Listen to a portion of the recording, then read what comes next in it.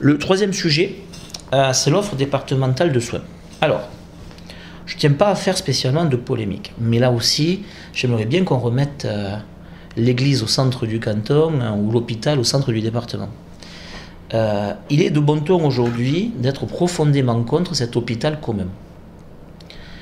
En 2018, le conseil départemental a déposé une motion votée par tous les élus, sauf les élus communistes qui ont toujours été clairs sur le sujet, mais tous les autres élus, Madame Loubradou compris, ont voté une motion appelant de leur vœu la construction d'un hôpital commun à mi-chemin entre Tarbes et Lourdes.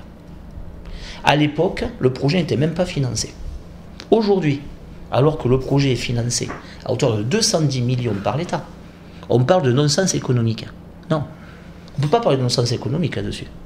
Et on change d'avis parce que c'est à la mode. Non. Moi, je vais vous dire une chose. J'ai 50 ans. Je ne fais pas de sport. Je mange plutôt riche. Il m'arrive de boire un verre d'alcool. Donc, j'ai tout à fait le profil de la personne qui va avoir besoin, à un moment donné, et peut-être dans pas longtemps, d'une offre de soins performante et efficace.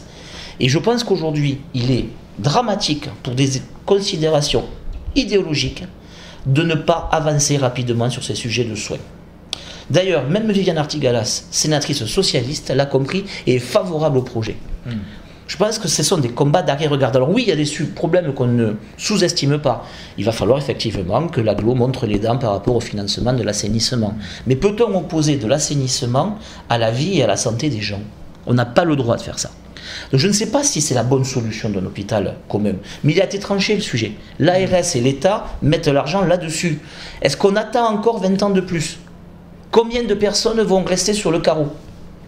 Il faut maintenant avancer pour attirer de jeunes professeurs sur des outils et un établissement moderne, et également de jeunes médecins généralistes, car on est en train de devenir un désert médical et essentiellement également sur une grande partie de notre canton.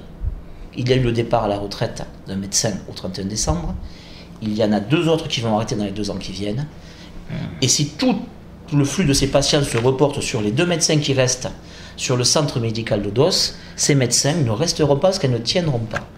Donc, pour cela, il va falloir qu'à un moment donné, en confiance, les communes de Orgues, La Loubert et de DOS, à minima, se parlent. Et c'est mal démarrer les choses que de stigmatiser et de diffamer les élus de Orgues et de La Loubert, comme ça a été fait dans un tract de début de campagne par Madame le maire de DOS. Quatrième sujet, que je souhaitais évoquer, l'accueil des gens du voyage. Alors, qu'on comprenne bien de quoi nous parlons. Nous parlons de ces caravanes de 100, 150 véhicules qui, tous les étés, viennent 1 fois, 2 fois, 3 fois envahir nos stades, nos écoles ou nos salles des fêtes.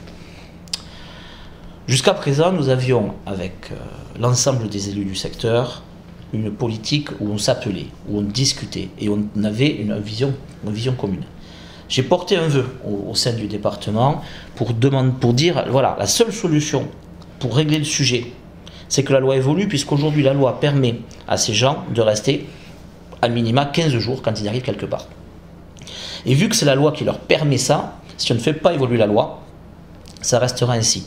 Donc ce vœu était de faire évoluer la loi Besson, pour que sous 48 heures une solution soit trouvée.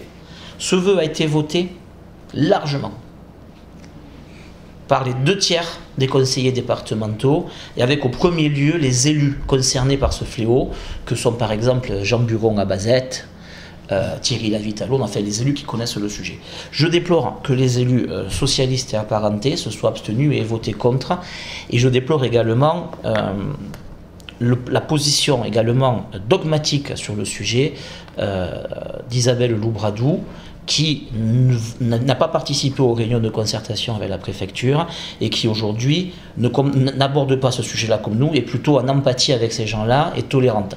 On ne peut pas aujourd'hui donner sur une commune du secteur le sentiment que ces gens-là soient accueillis à bras ouverts. On n'a rien contre ces populations. Maintenant, on ne peut plus se permettre de voir nos installations communales saccagées tous les étés. Voilà pour les 4 sujets que je voulais aborder. Je les ai choisis parce que justement sur ces sujets-là, il y a des différences de vue et de vision avec les autres listes. Les sujets qui font consensus, je dirais qu'ils font consensus, et c'est très bien. Heureusement qu'on n'est pas en désaccord sur tout, mais c'est bien aussi que pour que les gens figent un petit peu leur choix, ils aient la possibilité de pouvoir avoir des positionnements assez clairs sur des sujets de leur quotidien. Vous avez eu des soutiens au niveau politique, d'élus plus ou moins importants? Écoutez, je ne peux pas me parler au nom des autres. Vous connaissez, vous êtes un observateur de la vie publique, les positionnements des uns et des autres, ne serait-ce que sur l'hôpital.